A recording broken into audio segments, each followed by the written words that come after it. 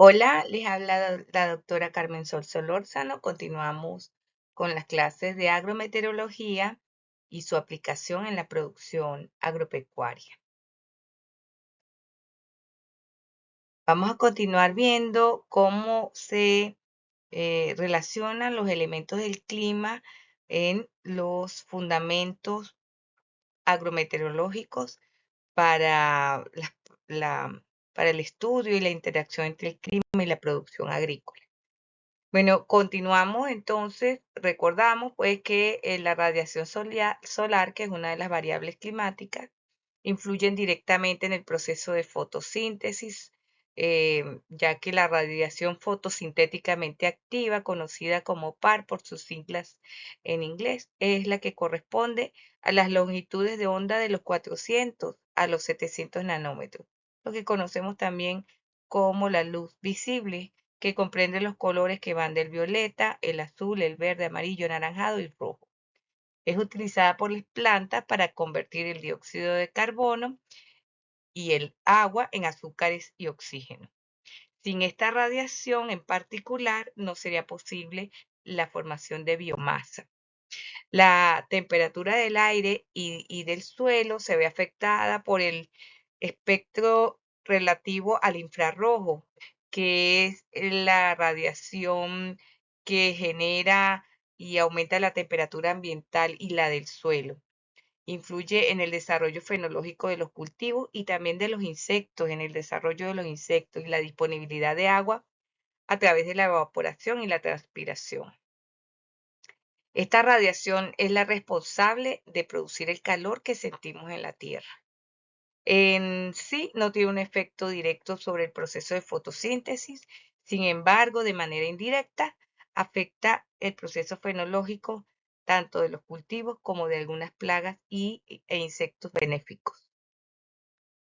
También, pues la radiación solar tiene un efecto directo en el ciclo hidrológico en nuestro planeta. La radiación es la que impulsa la evaporación del agua y genera nubes que a su vez se cargan de humedad y precipitan en forma de lluvia. Es una condición necesaria para que ocurran los ciclos hidrológicos en el planeta Tierra. Y tenemos dos conceptos: la evaporación, que se refiere a la pérdida de agua de la superficie del suelo directamente a la atmósfera, y la evapotranspiración, que es la combinación de la evaporación del agua del suelo con la transpiración de las plantas, liberando ese vapor de agua a través de las hojas. Una mayor radiación incrementará entonces la evapotranspiración, lo que elevaría entonces a su vez la demanda de agua por parte de los cultivos. Y el conocimiento de este proceso y de las características para cada zona y para cada cultivo es fundamental para evitar el estrés hídrico y aumentar la producción. La radiación solar, entonces, tenemos que ubicarla en los dos términos, tanto en evaporación como en evapotranspiración. La radiación solar la podemos manejar haciendo algunos, utilizando algunas técnicas para mejorar lo que llamamos microclimas alrededor de los cultivos o alrededor de la producción pecuaria. Eso significa que debemos afectar una de las variables climáticas, en algunos casos la temperatura, en otros casos la humedad, que a su vez genera cambios en la temperatura, y esto puede facilitar y mejorar algunos procesos productivos.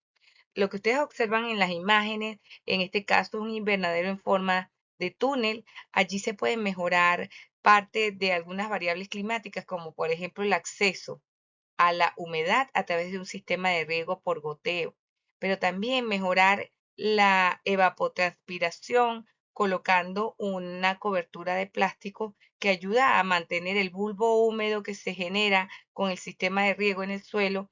De una manera más eficiente manejamos el agua y también estamos controlando algunos efectos producidos por la aplicación del riego, como la presencia de malezas e incluso la presencia de algunas plagas y enfermedades debido a el efecto que se genera con el plástico sobre el suelo. En la imagen que está más abajo observamos em, un grupo de animales, de bovinos que se agrupan debajo de la sombra de un árbol. Esto también se conoce como microclimas y son muy adecuados, sobre todo en los lugares donde se generan altas temperaturas por la ubicación cercana a el Ecuador, son las zonas tropicales. Allí las temperaturas pueden ser muy elevadas, sobre todo en horas del mediodía, y esto genera que los animales em, pierdan mucha agua, mucho líquido, pero también que pierdan deseos de alimentarse. Es por ello que se recomienda también generar microclimas en la ganadería y por eso ahora se está propiciando e incentivando sistemas de producción animal en donde se mezclan árboles, bien sea forestales o árboles de leguminosas que sirven también para mejorar la nutrición animal, con cultivos de cobertura, pastizales y forrajes que permiten entonces integrar los nutrimentos mm, adecuados para la alimentación animal, pero además mejorando el bienestar de los mismos, utilizando la sombra como uno de los beneficios que se pueden generar con este tipo de microclimas. La radiación solar, por supuesto, también se ve influenciada por la forma como llegan esos rayos del sol al planeta o el lugar donde estamos ubicados. La altitud, la latitud, la inclinación del eje terrestre hace que haya una variación en la duración del día y la noche, la nubosidad y la composición atmosférica. Todo esto puede influir en la forma como llega en cantidad y calidad la radiación solar. Por supuesto, las zonas ubicadas en el Ecuador son las que tienen mayor incidencia de luz solar porque llega de manera más directa. El efecto del movimiento de rotación de la Tierra también tiene un efecto en la, en la forma como llega la radiación solar, sobre todo en la cantidad de horas de luz diarias que podemos tener en un lugar en particular. Y esto afecta directamente el fotoperíodo de las plantas. Recuerden que las plantas responden al número de horas luz. Algunas son de día corto, como las plantas de arroz, otras de día largo, como el trigo, y otras son indiferentes a las horas de oscuridad, porque realmente responden a las horas de oscuridad, pero esto se traduce en cantidad de horas luz también. Entonces, todo esto va a depender de la ubicación donde nos encontremos o de donde se consigan los cultivos con los que estamos trabajando. La temperatura y la humedad también durante el día aumenta la temperatura y la evaporación y por la noche las temperaturas tienden a bajar y a aumentar la condensación. Entonces, el efecto también de la variabilidad geográfica y temporal de nuestro planeta también tiene un efecto directo en en algunas variables climáticas. El efecto de movimiento de rotación también permite que se puedan planificar de acuerdo con la luz disponible, que ya generalmente se conoce por estadística, pues. En las zonas templadas se suplen este tipo de ausencias de hora luz con los invernaderos que poseen luz artificial. Y esto lo que hace es asemejar la luz del sol para extender el fotoperíodo en los lugares o en las zonas templadas del planeta y acelerar el crecimiento de los cultivos. Incluso en las zonas ecuatoriales, algunos cultivos requieren extender el periodo de luz y se logra haciendo instalación de luz, de bombillos, donde se emite luz artificial para extender el tiempo de duración del día y acortamiento pues de las horas de oscuridad. El efecto de traslación también tiene una incidencia en, algunos aspectos de planificación agrícola, de la planificación. En muchas culturas ancestrales, los solsticios se celebraban como fiestas agrícolas y no era otra cosa que señalar la época en la que comenzaba la siembra o la época en la que debería comenzar la cosecha. Por ejemplo, en la zona andina del Perú, el Inti Raymi, que es la fiesta del sol, se celebraba el solsticio en junio como el renacimiento del sol y la fertilidad de la tierra. Los pueblos antiguos pues observaban el movimiento del sol para orientar sus actividades agrícolas y con base a esto se construían los calendarios solares que estaban directamente vinculados con los calendarios agrícolas. Las 5 zonas principales debidas a la temperatura de nuestro planeta Tierra están en la zona ecuatorial, que se le conoce como zona tropical. Por encima de los trópicos están las zonas templadas y más hacia el norte las zonas frías. Esto relativo solamente a la temperatura. La radiación solar también puede tener efectos negativos. Ya he comentado en anteriores oportunidades, por ejemplo, que si la luz ultravioleta no es filtrada por nuestro planeta adecuadamente, podemos tener efectos a nivel, sobre todo, de alteraciones genéticas en plantas y afectación de la visión y presencia de cataratas en los mamíferos y en los humanos. El espectro solar entonces influye y condiciona aspectos como el rendimiento de cultivos, el ritmo de crecimiento, la calidad y la cantidad de las cosechas, los balances hídricos y la eficiencia en el uso del agua y la distribución de especies, tanto vegetales como animales, en los distintos territorios de las regiones. La radiación solar que ingresa y que llega directamente a nuestro planeta, o sea, al suelo, a la Tierra, es solamente el 45%. Gran parte de esta radiación solar es reflejada por las nubes, absorbida por el polvo atmosférico, dispersada también por las capas de la atmósfera, y solo, como les digo, el 45% entra a nuestro planeta y del cual también puede ser reflectada por la zona del planeta que conocemos como albedo, por ejemplo, los casquetes polares, los desiertos, las zonas que han sido deforestadas y también mucha de esta radiación, el 55% es utilizada para la evapotranspiración.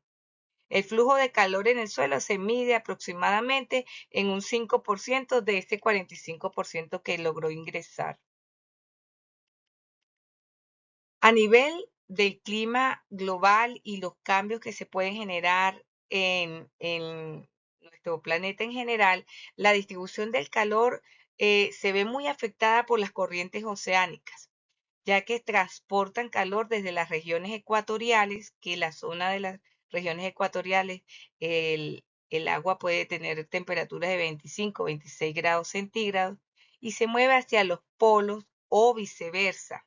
Las corrientes cálidas transportan calor hacia las latitudes más altas, lo que modera las temperaturas en las áreas costeras y aporta calor a las regiones más frías. Por otro lado, las corrientes frías pueden enfriar las áreas costeras y reducir las temperaturas a nivel de la región del Ecuador.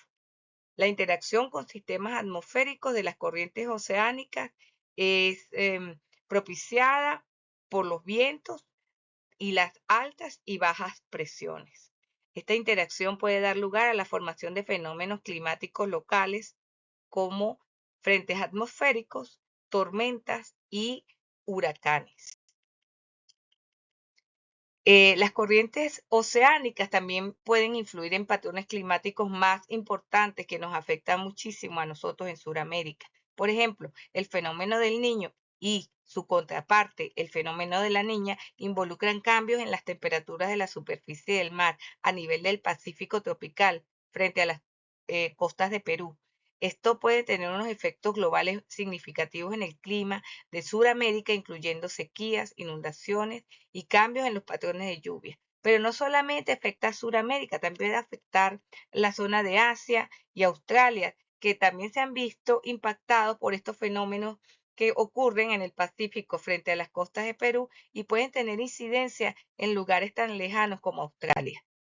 Los pescadores de las regiones de Perú y Ecuador notaron en que las aguas frente a sus costas se empezaron a calentar, lo que afectaba la pesca, principalmente la pesca de sardinas. Y una vez identificado este fenómeno, lo empezaron a relacionar con los eventos de fuertes lluvias que ocurrían durante esa época que se presentaba el calentamiento de esta zona del mar.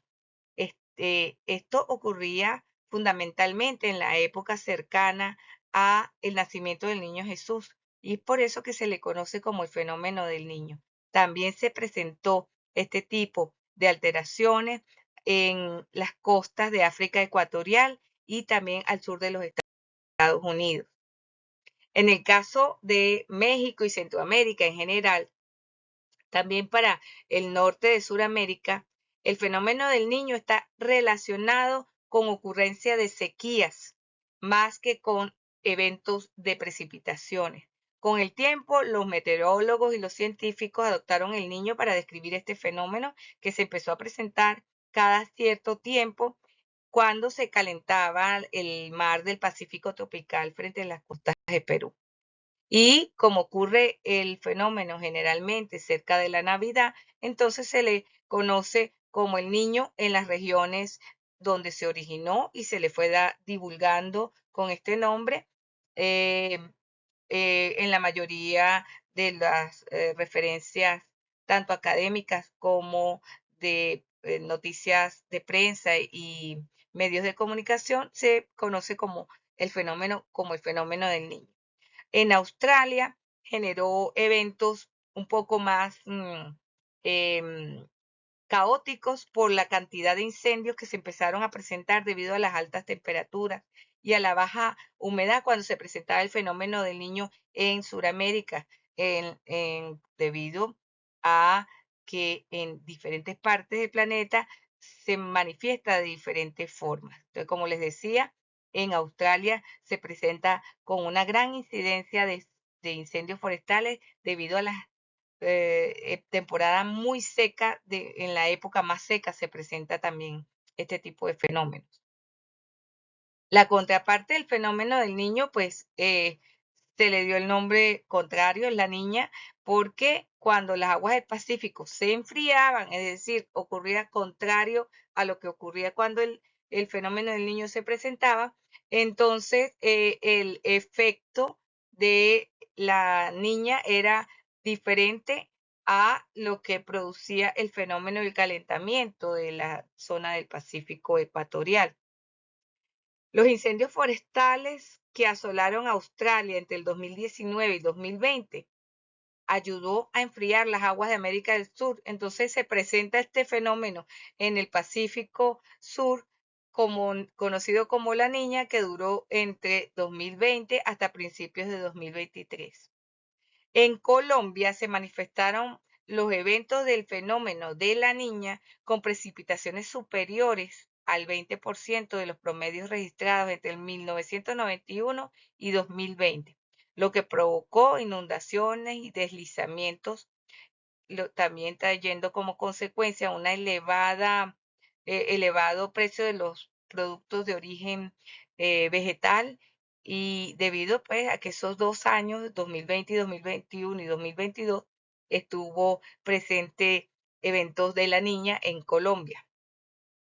Durante el fenómeno de la niña, las regiones que normalmente son húmedas pueden experimentar lluvias más extensas, lo que puede causar inundaciones. Y las áreas que suelen ser secas pueden volverse aún más secas, lo que lleva a sequías extremas.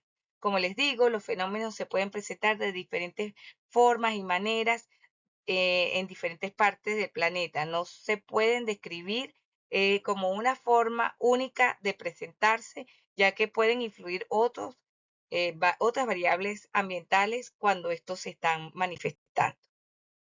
Los efectos del clima debido a cambios o de origen astronómico, efectos de origen astronómico, hay que mencionarlos, aunque estos ejercen un efecto leve comparado con los efectos que tienen una incidencia más drástica como los gases de efecto invernadero, pero hay que mencionarlos porque son efectos de origen astronómico, los tenemos presentes, se van a mantener en nuestro planeta por muchos años más y bueno, tenemos que conocerlo. Uno de esos efectos de origen astronómico que tienen impacto en el clima del planeta a escalas y tiempos geológicos y astronómicos, como les digo, en escalas y tiempos geológicos y astronómicos, a nosotros nos parecerá insignificante, pero debemos conocer que, por ejemplo, la excentricidad orbital es la órbita de la Tierra que no es perfectamente circular, sino que tiene una forma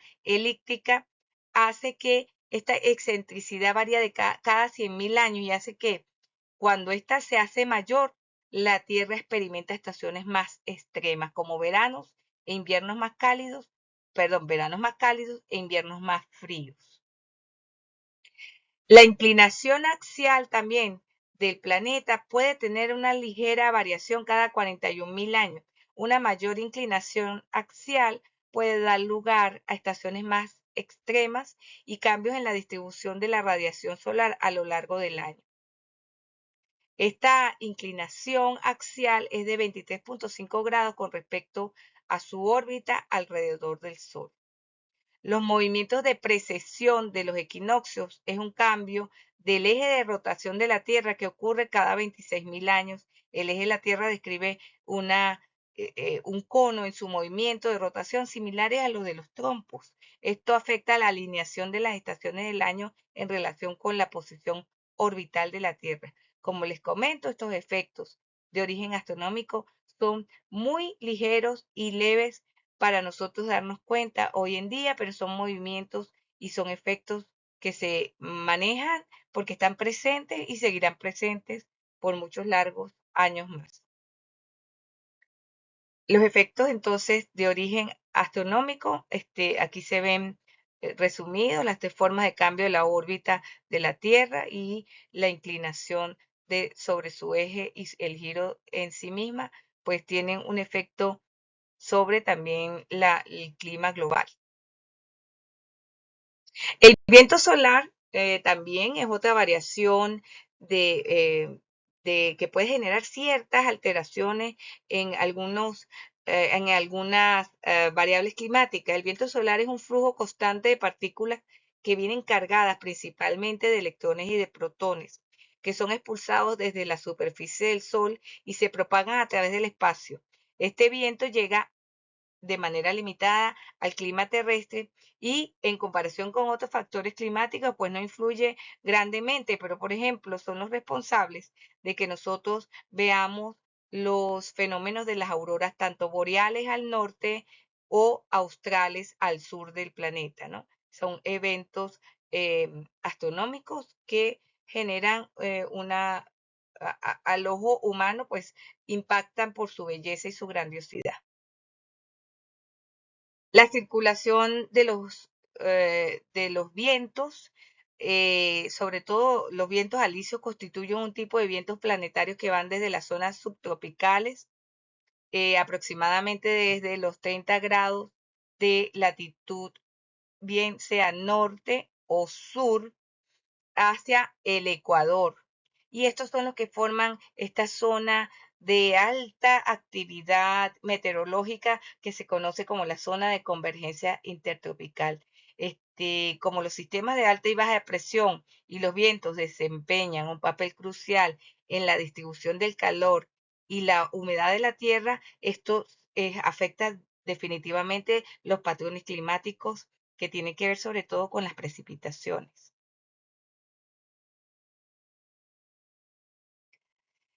Hay otra causa que pueda haber afectado y sigue tal vez afectando parte de nuestro planeta y es que el planeta se sigue moviendo. Y aquí es donde se presenta la teoría conocida como la teoría de la Pangea, que después dio pie para la teoría de las placas tectónicas. La la Tierra, en términos generales, a lo largo de los millones de años que tenemos en este planeta, los movimientos de los continentes se han manejado y han desempeñado un papel muy importante en la evolución del clima y en la configuración, sobre todo, del paisaje. Esta teoría fue propuesta por un alemán de apellido Wegener en la primera mitad del siglo y él trató de explicar y de comprender la dinámica de la litosfera terrestre y cómo ésta se movía de manera lenta, pero sin sin dejar de hacerlo, sobre todo a nivel de, si nosotros observamos Suramérica, encaja perfectamente con el continente africano y si, como si esto fuera un rompecabezas, podemos ir armando todo el planeta, todos los continentes del planeta en uno solo, a ese único continente que, de acuerdo a esta teoría, en algún momento estuvo presente en el planeta, pues se le conocía como Pangea. Y la teoría que se deriva de la teoría de la Pangea se le conoce como la teoría de la tectónica de placas y explica que la litosfera terrestre está dividida en placas rígidas que flotan sobre un manto terrestre líquido o semilíquido y que es la que genera en consecuencia los movimientos telúricos y también el desprendimiento, la actividad volcánica del planeta Tierra.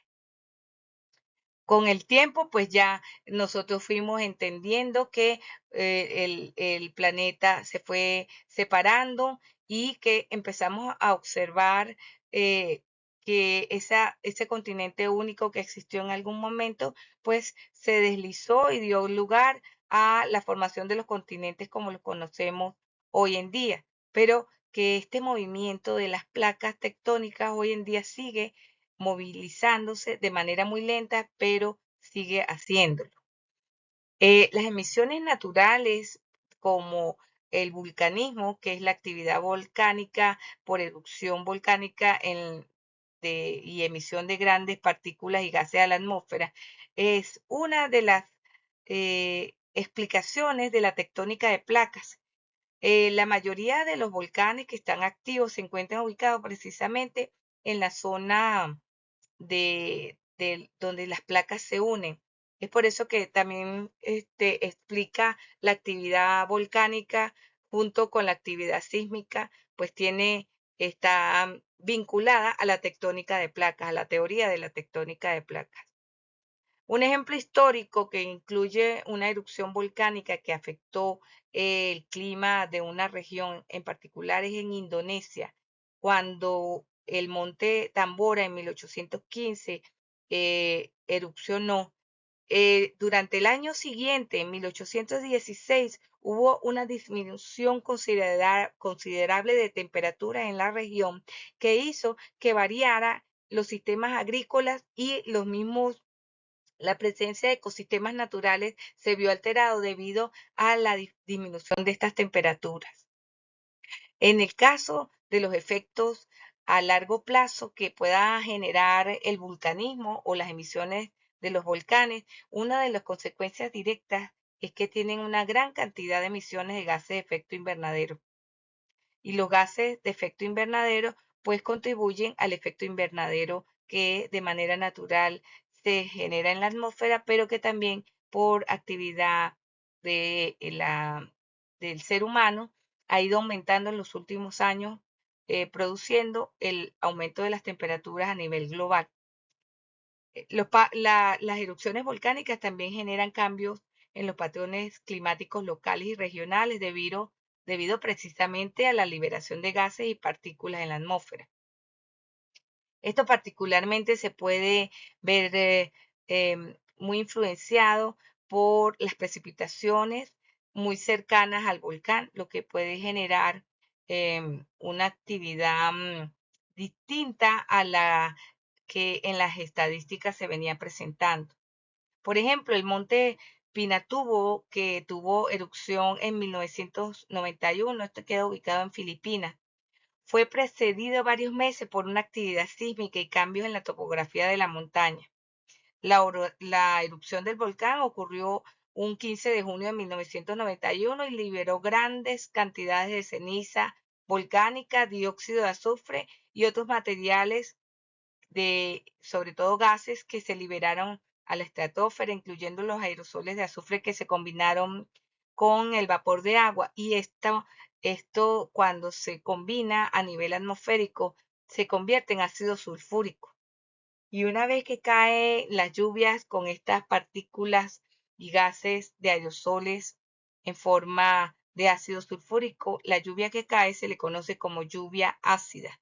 Esta lluvia genera grandes efectos nocivos y perversos a nivel de la agricultura porque es un ácido y las plantas no sobreviven a este tipo de eventos climáticos.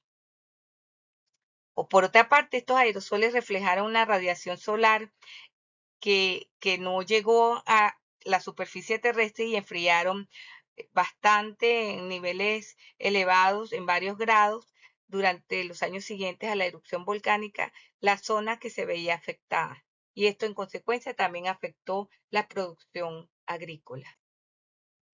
Aquí está el resumen de lo que debe contener o aproximadamente los componentes de la atmósfera de manera natural, de manera normal. Observen que el 78% corresponde a nitrógeno y un 21% a oxígeno. Dentro de los efectos antropogénicos que más daño pueden estar causándole al clima global y los cambios que estamos observando, uno de los eventos más con mayor impacto es la deforestación. Además, por supuesto, de todas las emisiones humanas como la quema de combustibles fósiles y el uso de armas nucleares que puedan generar inviernos nucleares en las zonas donde se emiten este tipo de bombas.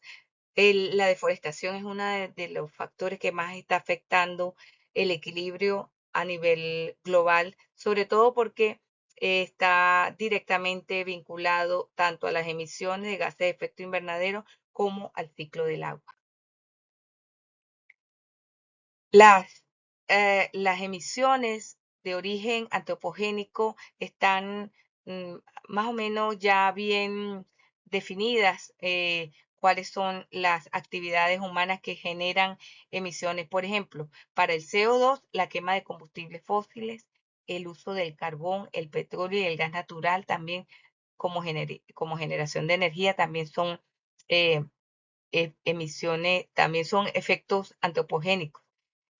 Por otra parte, las emisiones de metano están directamente vinculadas a la producción de ganado, a la agricultura del arroz bajo inundación y a los vertederos de basura o de desechos producto de los urbanismos y de las zonas donde se producen grandes contenidos de grandes cantidades de basura. Por supuesto, también están vinculadas a la extracción de los hidrocarburos como el petróleo y el gas. Y las emisiones de óxido nitroso están especialmente vinculadas a la elaboración de fertilizantes nitrogenados y a su uso en la agricultura. Además también de la quema de combustibles fósiles que contribuyen con las emisiones de óxido nitroso, que es un gas de efecto invernadero. Como les decía, la deforestación es uno de los puntos que más dolores de cabeza le está generando a los ambientalistas a nivel mundial, porque el cambio del uso de la tierra, que es la modificación de la superficie terrestre con fines, bien sea de urbanismos o para la agricultura, minería y la producción agropecuaria, puede alterar los patrones climáticos locales y regionales al cambiar principalmente la reflectividad de la Tierra, es decir, el albedo, y afectar la circulación atmosférica del ciclo del agua. En esta gráfica podemos observar el porcentaje de bosques tropicales que están presentes en nuestro planeta. Si logran ustedes observar, tenemos Suramérica y centro de África prácticamente como los lugares con el mayor porcentaje de bosques tropicales del planeta. En tanto que las zonas de norte, Canadá y Unión Soviética, Rusia observamos los bosques boreales y en una menor proporción en algunas regiones de Europa, sur de Rusia y este y oeste de Norteamérica, observamos bosques de tipo templado. Los países con mayor deforestación, por supuesto que están ubicados tanto en Sudamérica como en centro de África. ¿Por qué? Bueno, porque es en la zona donde están ubicadas los bosques tropicales más importantes de nuestro planeta. Aquí, por supuesto, creo que en estas estadísticas, creo que aparece todos los países representantes de la cuenca amazónica, faltan algunos allí, porque en todos existe deforestación. Y eso es muy fácil de verificar cuando se observan las imágenes satelitales.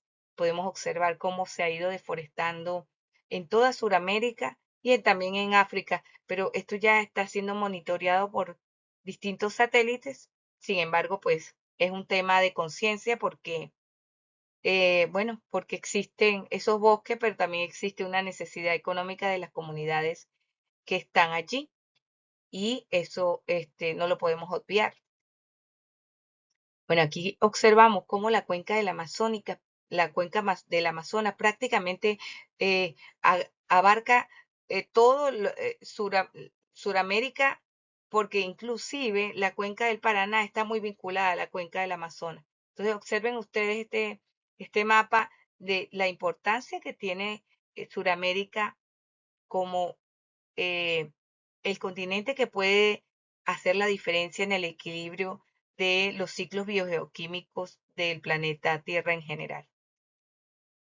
Entonces, la deforestación trae como consecuencia cambios en los patrones de precipitación, ya que los bosques actúan como un buffer y si ellos no están, si no existen, pues por supuesto que el tema del ciclo del agua se va a ver afectado, pero también porque ahí ocurre un efecto erosivo al perderse la cubierta forestal del suelo, el suelo empieza a erosionarse, pierde nutrientes y empieza a degradarse. Y esto a veces puede llevar a una degradación tal que, no que es irreversible y que no pueda ser utilizado ni siquiera para agricultura. Entonces, hay que tener muy en cuenta que los bosques desempeñan un papel crucial en la regulación del clima, ya que no nada más absorben dióxido de carbono o lo retienen almacenado eh, en su estructura o biomasa, sino que también cuando son talados y quemados, ese carbono es liberado a la atmósfera que lo que genera es que aumenta el CO2 o las concentraciones de CO2 en la atmósfera y además ocasiona un aceleramiento en la erosión de los suelos y en los cambios del ciclo del agua en nuestro planeta Tierra. La deforestación trae como consecuencias directas una escasez de agua, ya que se empieza empieza a alterar el sistema del ciclo del agua, presentándose o inundaciones muy intensas o sequías más severas. También influye en la calidad del agua. La pérdida de los bosques significa que estamos perdiendo un recurso natural que provee de frutas, de resinas y de plantas medicinales y la disponibilidad de estos recursos es necesario que sea repuesto sin perder mucho tiempo porque los bosques proporcionan una gran cantidad de servicios, no nada más como recurso natural, sino como servicios ecosistémicos. Además de esto, están vinculados con la purificación del aire y con la polinización de los cultivos. La pérdida también de un valor estético y recreativo que después no vamos a poder recuperar. Entonces, decimos que los efectos antropogénicos de emisiones de gases, efectos invernaderos, provienen de actividades humanas como la quema de combustible, la deforestación y la agricultura intensiva.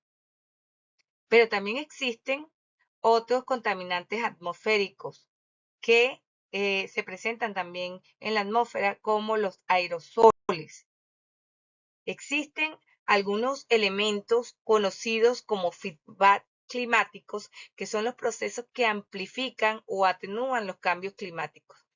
Un ejemplo de amplificación o feedback climático es el deshielo del Ártico, el que reduce la reflectividad de la superficie del planeta o el albedo, que es lo que es la zona del planeta que producen reflectividad, como los casquetes polares o también los desiertos. Esto ayuda a acelerar el calentamiento global.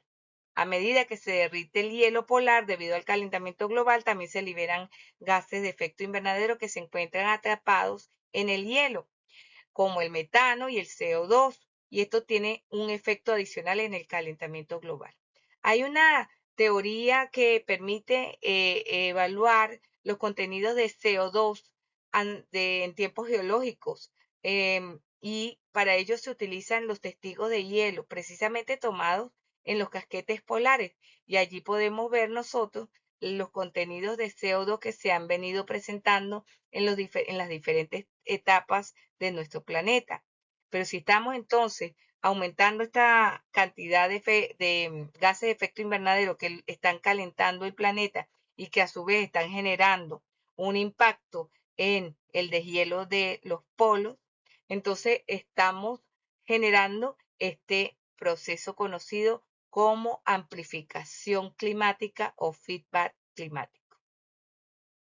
Otro evento que también, o efecto que también debemos destacar, es la acidificación de los océanos, porque los océanos absorben CO2 y el CO2 que se disuelve en el agua del mar reacciona para formar un ácido que es el ácido carbónico. Luego este ácido, que es inestable, se disocia en iones de hidrógeno y bicarbonato, y los hidrógenos que están en forma de iones hacen que el agua del mar sea más ácida, se coloque más ácida, reduciendo el pH del océano.